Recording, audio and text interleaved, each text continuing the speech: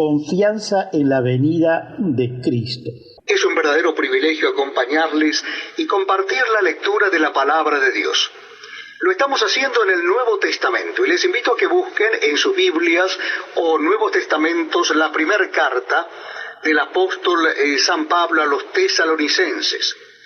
Primera carta del apóstol San Pablo a los tesalonicenses, vamos a leer el capítulo 4. Capítulo 4. Dice así la palabra de Dios.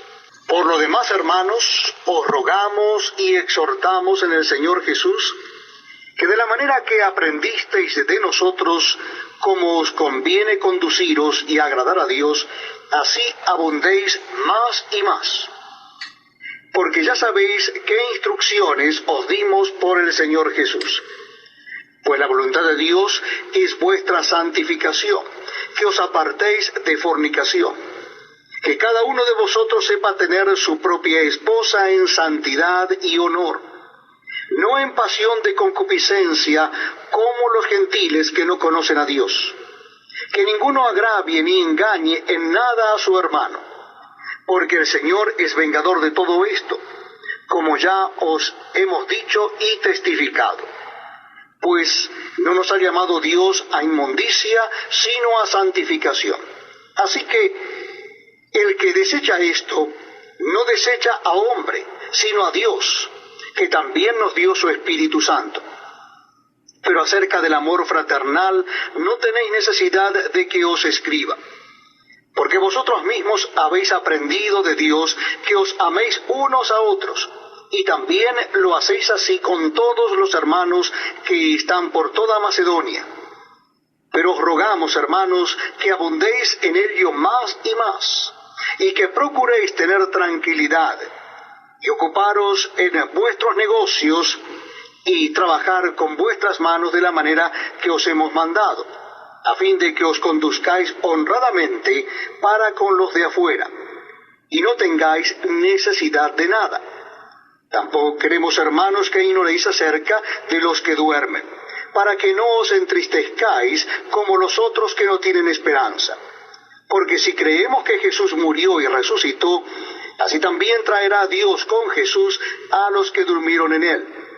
Por lo cual os decimos esto en palabra del Señor, que nosotros que vivimos, que habremos quedado hasta la venida del Señor, no precederemos a los que durmieron. Porque el Señor mismo con voz de mando, con voz de arcángel y con trompeta de Dios descenderá del cielo, y los muertos en Cristo resucitarán primero. Luego nosotros, los que vivimos, los que hayamos quedado, seremos arrebatados juntamente con ellos en las nubes para recibir al Señor en el aire, y así estaremos siempre con el Señor. Por tanto, alentaos los unos a los otros con estas palabras. Hasta aquí lo que es 1 Tesalonicenses 4, del 1 al 18. Le voy a pedir a nuestro amigo y pastor Gustavo para que esté orando para así entrar de lleno al estudio de hoy. Muy bien, amados hermanos, buenas noches, que el Señor les bendiga a cada uno. Vamos a orar. Padre Santo, gracias por este privilegio que tenemos un viernes más de aprender de tu bendita palabra a través de este estudio bíblico precioso. Permite, Señor, que tu Santo Espíritu nos dirija de principio a fin, podamos retener todo lo que aprendamos en esta noche y sobre todo, Señor, poner en práctica para que tu santo evangelio sea pregonado por los méritos de Cristo en la cruz. Amén. Amén, muchas gracias. Ahora, estudios bíblicos con el pastor Una vez más, Daniel Batista. Vamos a ver este capítulo número 4 de 1 Tesalonicenses, confianza en la venida de Cristo. Leamos nuevamente el versículo 1 y 2. Por lo demás, hermanos, os rogamos y exhortamos en el Señor Jesús que de la manera que aprendisteis de nosotros, como os conviene conduciros y agradar a Dios, así abundéis más y más, porque ya sabéis qué instrucciones os dimos por el Señor Jesús, dice el apóstol Pablo, que lleva al final de esta primera carta, llevando a los tesalonicenses con las instrucciones prácticas sobre cómo Dios quiere que viva su pueblo y nosotros en la actualidad. La palabra traducida finalmente, loipon, es un acusativo adverbial en cuanto al resto y sirve para marcar una transición más que una conclusión, dice en su comentario Iber. El crecimiento espiritual de los tesalonicenses, de bien así abundéis más y más en el camino que agrada a Dios. Este también es una exhortación que ha ascendido para nosotros también. Esto quiere decir que la madurez cristiana nunca se termina por crecer, por aumentar. En el caso del apóstol Pablo, siempre se sentía como un siervo de Cristo. Eso era por su humildad y mucha conmiseración. Seamos como Cristo, así como el apóstol Pablo lo miraba en todo momento. Este versículo es necesario, claro que sí. No es solo para los cristianos que están rumbo a la madurez, sino para los nuevos cristianos en Tesalónica, y nos insta a los que están en nuestras congregaciones actuales. Quizá usted se pregunte, como el apóstol Pablo incidió en los tesalonicenses, si tuvo solamente 3 semanas, y eso se resume solamente en horas que estaban todos aquellos que querían estar escuchando al apóstol. Hermanos, déjenme describir esta imagen. Un par de pájaros, y usted pondrá cuál fuera su raza, y esto sinceramente no tiene la variación, si en la idea que quiero transmitirle. Esta pareja de pájaros va desde donde está la comida al nido para saciar el hambre de su polluelo. Así era aquellos tesalonicenses. El apóstol Pablo se internó en esos 3 días de reposo, 24 horas, hablando con denuedo, como era el día del Señor. Y todo había dejado preparado para ese día. La comida, el agua, lo tenía en la mano, pero no lo que el apóstol enseñaba. Veamos lo que hemos explicado, pero desde el texto bíblico de Hechos 17:1-4, que dice: pasando por Anfíbolis y Apolonia, llegaron a Tesalónica, donde había una sinagoga de los judíos, y Pablo, como acostumbraba, fue a ellos, y por 3 días de reposo discutió con ellos, declarando y exponiendo por medio de la Escritura que era necesario que el Cristo padeciera y resucitara de los muertos, y que Jesús, a quien yo os anuncie, dice el apóstol Pablo, decía él, es el Cristo. Y algunos de ellos creyeron y se juntaron con Pablo y con Silas, y de los griegos piadoso gran número, y mujeres nobles no pocas. Cuando un hombre es salvo por la obra de Cristo a favor de él, no queda abierto antes él como cuestión de su decisión completa, libre, si servirá a Dios o no. Ha sido comprado por precio, dice Morris en su comentario, se ha convertido en esclavo de Cristo. En 1 Corintios 6:20 nos da como referencia, porque habéis sido comprado, lo que estaba diciendo Morris, por precio. Glorificad pues a Dios en vuestro cuerpo y en vuestro espíritu, los cuales son de Dios. Diciendo, nos mandamos estrictamente que no enseñasen en qué, no, en este nombre, como referencia de Hechos 5:28. Y ahora habéis llenado a Jerusalén de vuestra doctrina y queréis echar sobre nosotros la sangre de ese hombre, el cual recibieron de este mandato, los metió en la cárcel de más adentro y las aseguró los pies con el cepo. Esto era Pablo y Silas allí en Hechos 16:24. Prosigamos con el texto desde el verso 3 al 6 de 1 Tesalonicenses capítulo 4, que dice: pues la voluntad de Dios es vuestra santificación, que os apartéis de fornicación, que cada uno de vosotros sepa tener su propia esposa en santidad y honor, no en pasiones de concupiscencia como los gentiles que no conocen a Dios, que ninguno agravie ni engañe nada su hermano. Lo que el apóstol Pablo les dice a los tesalonicenses era algo desconocido a una cultura romana, como lo de hoy, en nuestra actualidad, donde hay un libertinaje desde la propia ley, desde los gobernantes hacia el pueblo, como en nuestro país. El cristiano tiene que tomar las normas morales sexuales de Dios y no la cultura del momento. Cuando el escritor nos refiere que es un mandamiento, es un término militar donde la orden viene de un oficial a su subalterno. Esto viene de Cristo y no del apóstol Pablo. En la voluntad de Dios, vuestra santificación. En primera parte, Dios quiere que seamos apartados de una sociedad impía, pecadora, que desprecia a Dios, rebelde. Están muertos sin temor de Dios, son torpes, adúlteros, mentirosos, malos, con una maldad en su corazón, como ejemplo de algunos comentaristas que dicen que es como Sodoma y Gomorra en la actualidad. De más decir que estas personas, los impíos, no están puros delante de Dios o tienen recursos espirituales. Esto es lo que el cristiano vive y debe diferenciarse con estas antes mencionadas personas.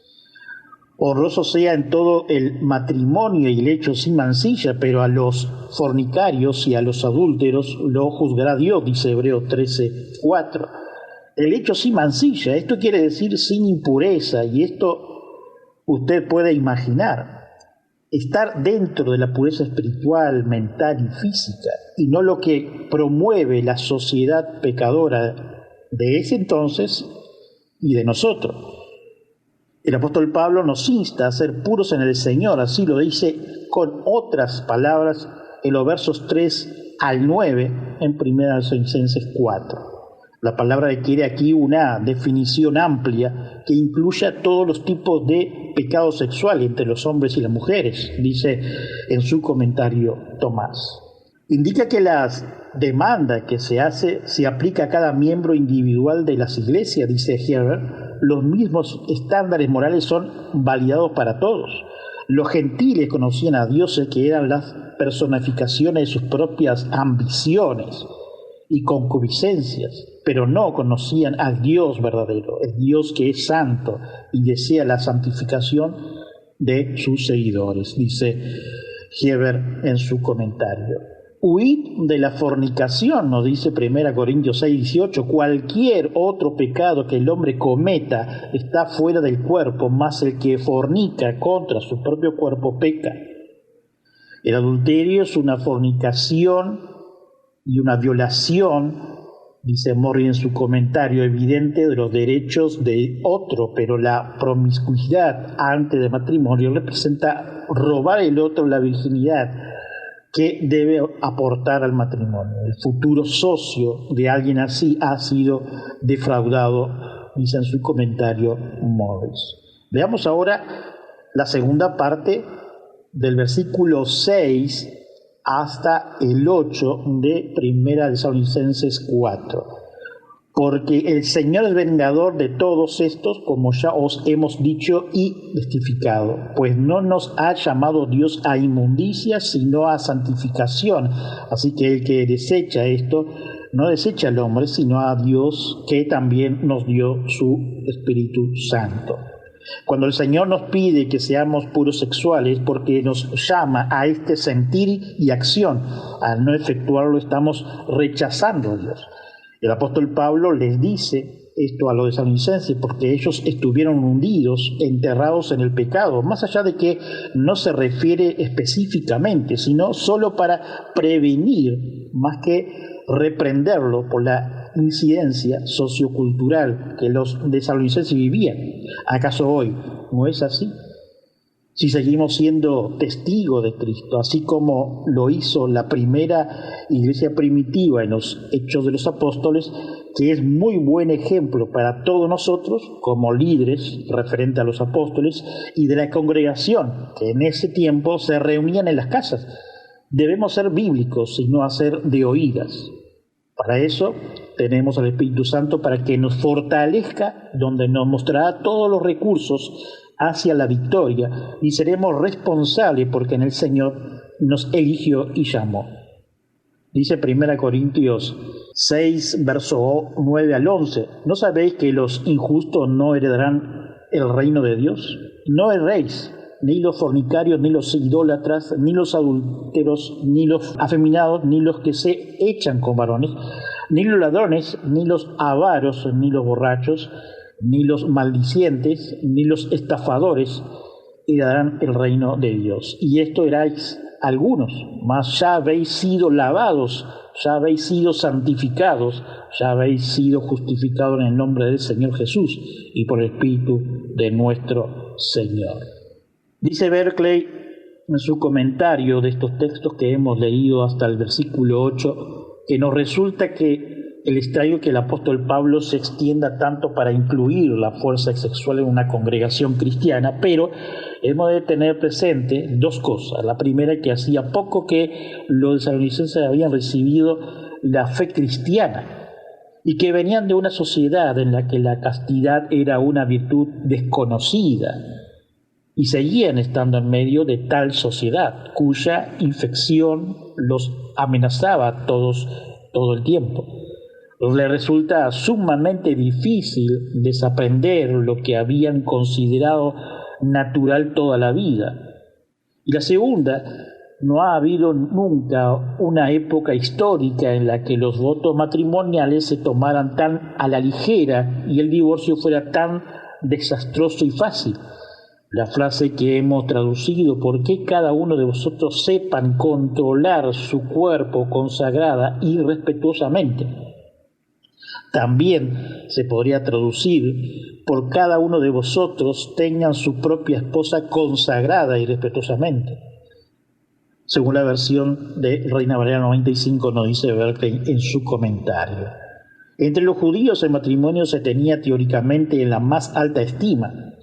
Se decía que un judío debería estar dispuesto a morir antes que cometer asesinato, idolatría o adulterio, pero de hecho el divorcio era trágicamente fácil entre ellos. La ley de Deuteronomio establecía que uno podría divorciarse de su mujer si encontraba alguna impureza o algo vergonzoso en ella. Podemos ver en Deuteronomio 24:1 como referencia. Lo difícil era saber qué era esa cosa indecente. Los rabinos más estrictos lo limitaban exclusivamente a adulterio, pero había unas interpretaciones más laxas que ampliaba su sentido hasta incluir asuntos tales como estropear la comida poniendo demasiada sal, o salir a la calle con la cabeza descubierta, o hablar irrespetuosamente de su familia política en presencia de su marido, o ser chismosos, lo que se define como hablar de una voz tan alta que se le puede oír en la otra pieza. Como era de esperar, fue la aplicación más laxa, la más aceptable. En Roma, durante los primeros 520 años de la República, no había habido ni un solo divorcio, pero bajo el imperio, como se ha dicho, el divorcio era un asunto de capricho.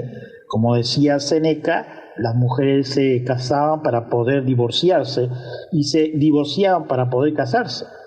En Roma se identificaban los años por los nombres de los cónsules, pero se decía que la señora de moda identificaba los años por los nombres de sus maridos.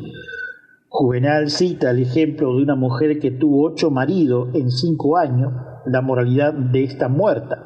En Grecia, la inmoralidad siempre había ido a rendir a su suelta. Mucho tiempo atrás había dicho Demóstenes: mantenemos prostitución para el placer, la concubina para la necesidad cotidiana, así era lo que creían los gentiles.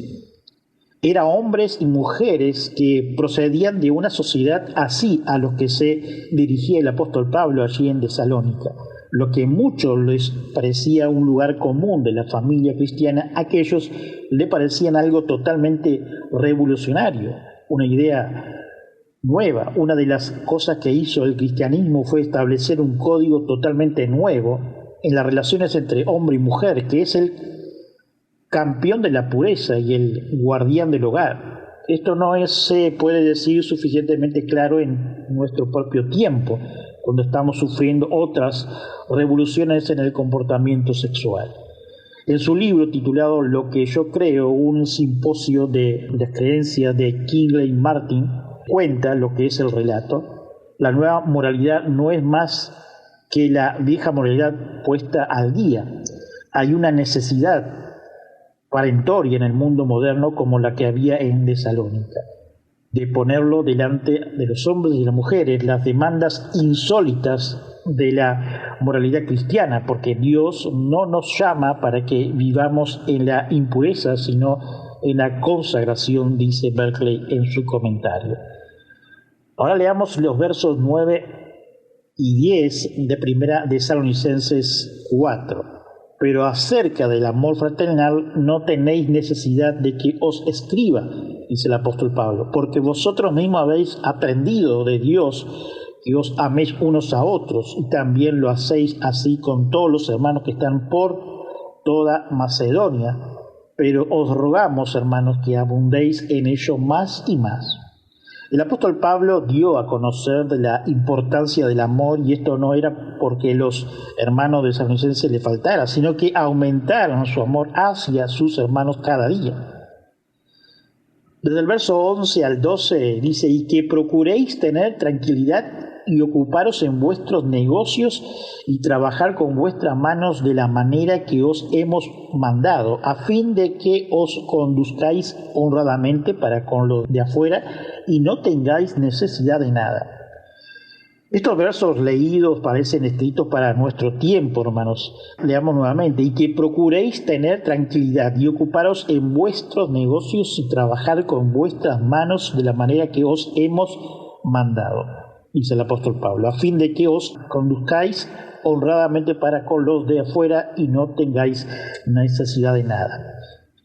A contraposición de nuestro mundo y del presente que vivía el apóstol Pablo y de Tesalonicense, vivimos a las corridas, trabajo o varios trabajos, corrida al supermercado porque me quedé sin leche y allí es más barato, ya cuenta, que debo de tener otro auto y ya vamos por dos, de ellos que debemos de evitar estas controversias en nuestra vida. Pero cuando pasa algún problema de salud, nos acordamos de ir a orar en la iglesia con el resto de la congregación, y los domingos somos los primeros de estar en las reuniones para aliviar esa sed que no es saciar en nuestra vida, sino solamente por Cristo. Las corridas semanales sin apartar una hora para Cristo. Hermanos, el mucho trabajo o compras no nos sacia nuestra sed interna, que quizás no te das cuenta, pero es un flujo de que necesita de Cristo en nuestras vidas, que Él haga vivir en nosotros su palabra. El Señor nos sacó de la esclavitud de ese mundo como lo hizo con el pueblo hebreo. Abrió el Mar Rojo, dio de comer a más de 3 millones de personas en los 40 años en el desierto, con el maná, cordonices, agua de una roca. No dejó morir a la viuda y su hijo cuando Elías le rogó por una torta. Se apareció entre las llamas con Sadrach, Mesach y Abednego, e inclusive cerró la boca de los leones cuando Daniel el profeta cayó en la fosa de los leones. Cuando Cristo resucitó al tercer día y le dijo a Tomás que pusiera su dedo en la hendidura de su mano, y creyó por tocar. Aún así, al ser recibido en el cielo, Él sigue siendo vivo en nosotros porque Él obró en cada uno de una manera transformadora para ser testigo de la verdad, y no de un sistema de vivencias o de costumbre, sino de lo que plasmó en la Escritura, y no nos olvidamos de lo que Él puede hacer en nosotros. Hay una gran diferencia entre el deber cristiano de anteponer los intereses de los demás, dice Brussel, y el deseo compulsivo del entropellamiento de corregir a los demás. Pablo, sin embargo, dice Clark, No quiere decir que cada individuo debe ocuparse de sus propios asuntos de tal manera que todos vivan separados de uno de otro y no ser preocupados por demás, sino simplemente quiere corregir la rivalidad ociosa que convierte a los hombres en aparentemente perturbadores de la paz, cuando deberíamos llevar una vida tranquila en casa. No hay nada más vergonzoso que un inútil ocioso que no sirve ni a sí mismo ni a los demás y parece haber nacido simplemente para comer y beber, dice Clark en su comentario. Este pasaje empieza con su alabanza y termina con una advertencia, y con esta llegamos a la situación inmediata detrás de la carta, dice Berkeley en su comentario. El apóstol Pablo animaba a los tesalonicenses a mantenerse tranquilos y a ocuparse de sus propios asuntos y a seguir realizando sus trabajos manuales. La predicación de la segunda venida había producido una situación extraña, imprevista en Tesalónica, un sacudón en cada uno de ellos. Muchos de los tesalonicenses habían abandonado sus trabajos habitualmente y andaban por ahí en grupos emotivos, inquietados a sí mismos y a otros, esperando que se produjera en cualquier momento la segunda venida de Cristo. La vida ordinaria estaba desquiciada, el ganarse la vida se dejaba de lado, así que el consejo del apóstol Pablo era preeminentemente práctico. Primero le decía que, de hecho, que la mejor manera en que Jesucristo podía encontrarlos sería tranquilos, haciendo su labor cotidianamente eficiente y diligente, porque así mismo dice la Escritura. El pensamiento que Cristo volverá y la vida tal como la conocemos se acabará no es razón para dejar de trabajar, sino para trabajar más intensamente y fielmente. No es una espera inútil insistente, sino una labor tranquila y útil la que nos introduce en el reino, dice Berkeley en su primer punto.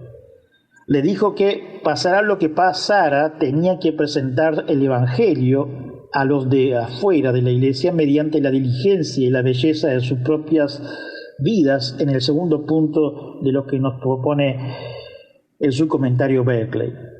El andar vagando por ahí, el permitir que ese supuesto cristianismo los convirtiera en ciudadanos inútiles, eran más que desagradables en el cristianismo. Pablo, el apóstol, toca aquí una verdad tremenda. El árbol se lo conoce por sus frutos y una religión se conoce por la clase de persona que produce. La única manera de demostrar, dice Berkeley, que el cristianismo es la mejor fe de todos, que es mostrar que produce las mejores personas. Cuando nosotros los cristianos mostramos que nuestro cristianismo nos hace mejor trabajadores, amigos más leales, hombres y mujeres más amables, entonces estaremos dando testimonio de veras. El mundo exterior puede que no venga nunca a la iglesia a escuchar un sermón, pero no puede por menos de vernos todos los días fuera de la iglesia. Nuestras vidas son los sermones que han de ganarlo para Cristo a referencia de nosotros. Punto 3. Le dijo que tenía que proponerse ser independiente y no vivir como parásitos de la caridad. Así nos dice Berkeley en su comentario. El efecto de la conducta de los tesalonicenses era que otros tenían que sostenerlos. Hay una cierta paradoja en el cristianismo. El cristianismo tiene el deber de ayudar a otros porque muchos, sin que sea ayudado, la culpa no puede alcanzar la independencia. Pero el cristiano también tiene el deber de ayudarse a sí mismo. El cristiano ha de tener una caridad amable que se deleite en dar y un orgullo independiente que desteñe dejar de suplir sus necesidades con sus propias manos, dice en su comentario Berkeley. Ahora leamos solamente el verso 13 de Primera Tesalonicenses 4. Tampoco queremos, hermano, que ignoréis acerca de lo que duermen, para que no os entristezcáis como los otros que no tienen esperanza. En cada mensaje del apóstol Pablo instaba a que se volvieran a Cristo, y ellos lo hicieron, se volvieron a él. Al apóstol Pablo le preocupaba que se perdieran los eventos futuros, la bendición de su venida, la de Cristo. Dado que el apóstol Pablo describe el partir de este mundo en la muerte para estar con Cristo como mucho mejor que el estado actual de bendita comunión con el Señor, dice Hibbert en su comentario, y bendita actividad en su servicio. Es evidente que el dormir aplicado a los creyentes no pueden pretender enseñar que el alma es inconsciente, porque de ambas cosas estoy puesto en estrecho, teniendo deseo de partir y estar con Cristo, lo cual es muchísimo mejor, dice el apóstol Pablo, pero en Filipenses 1:23. Ahora leamos desde el 14 hasta el final, llegando también al mismo. Dice el verso 14 de 1 Tesalonicenses 4. Porque si creemos que Jesús murió y resucitó, así también traerá Dios con Jesús a los que durmieron en él. Por lo cual os decimos esto en palabras del Señor, que nosotros que vivimos, que habremos quedado hasta la venida del Señor, no precederemos a los que durmieron, porque el Señor mismo, con voz de mando, con voz de arcángel y con trompeta de Dios, descenderá del cielo, y los muertos en Cristo resucitará primero. Amén por eso. Verso 17. Luego nosotros, los que vivimos, los que hayamos quedado, seremos arrebatados juntamente con ellos en las nubes para recibir el Señor en el aire. Y así estaremos siempre con el Señor. Por tanto, alentaos, le dice el apóstol Pablo, los unos a los otros con estas palabras. No puedes evitar lamentarlo, dice Spurgeon, porque extrañamos mucho a nuestros seres queridos. Pero no te entristezcas como los paganos que creen que sus amigos difuntos están extintos y aniquilados.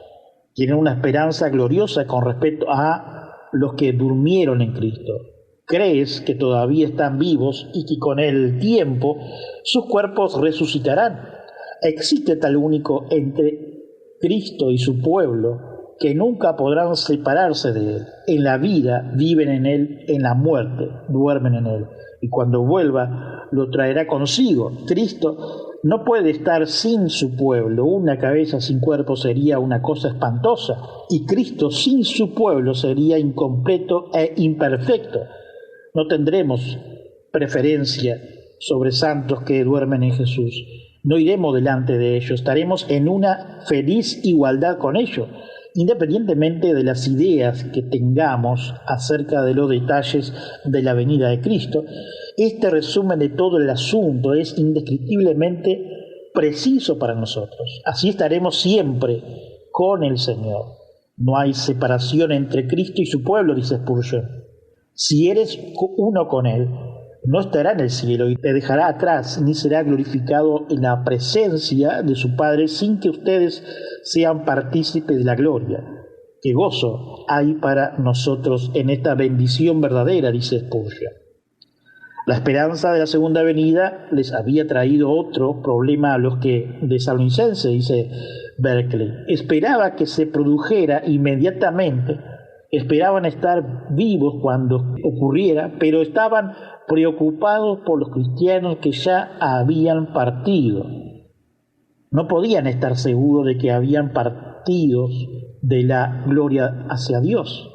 En aquel día, Pablo, el apóstol, les responde que tendrán una misma gloria los que ya hayan muerto y los que están vivos. Le dice que no habéis de tener tristeza como los que no tienen ninguna esperanza. Ante la muerte, el mundo pagano se encontraba sumiso en la desesperación. Se enfrentaba con ella con una sombría registradora de una árida desesperanza. Así nos dice Berkeley en estos comentarios.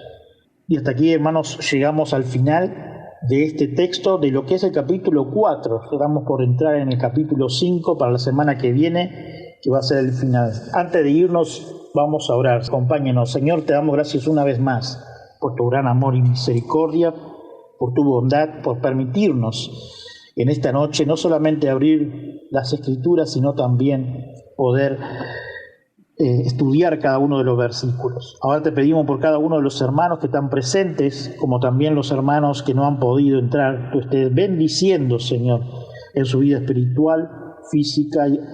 Señor, gracias por permitirnos nuevamente estar en tu presencia juntamente con nuestros hermanos, y también te pedimos por la iglesia perseguida, Señor. Más allá, Señor, que tú nos guardas en la parte física, Señor, continúa sosteniendo nuestras vidas cada uno de nosotros. Amén. Bendiciones, hermanos, a todos. Una vez más hemos llegado al final de un nuevo programa. Visítanos en iglesiareformadaui.com. Para más información, info@iglesiareformadaui.com o solo mensaje de texto por WhatsApp 0598 9359 48 43. Que hoy no sea un día más, sino un día de victoria en Cristo Jesús. Su servidor y amigo Pastor Daniel Batista.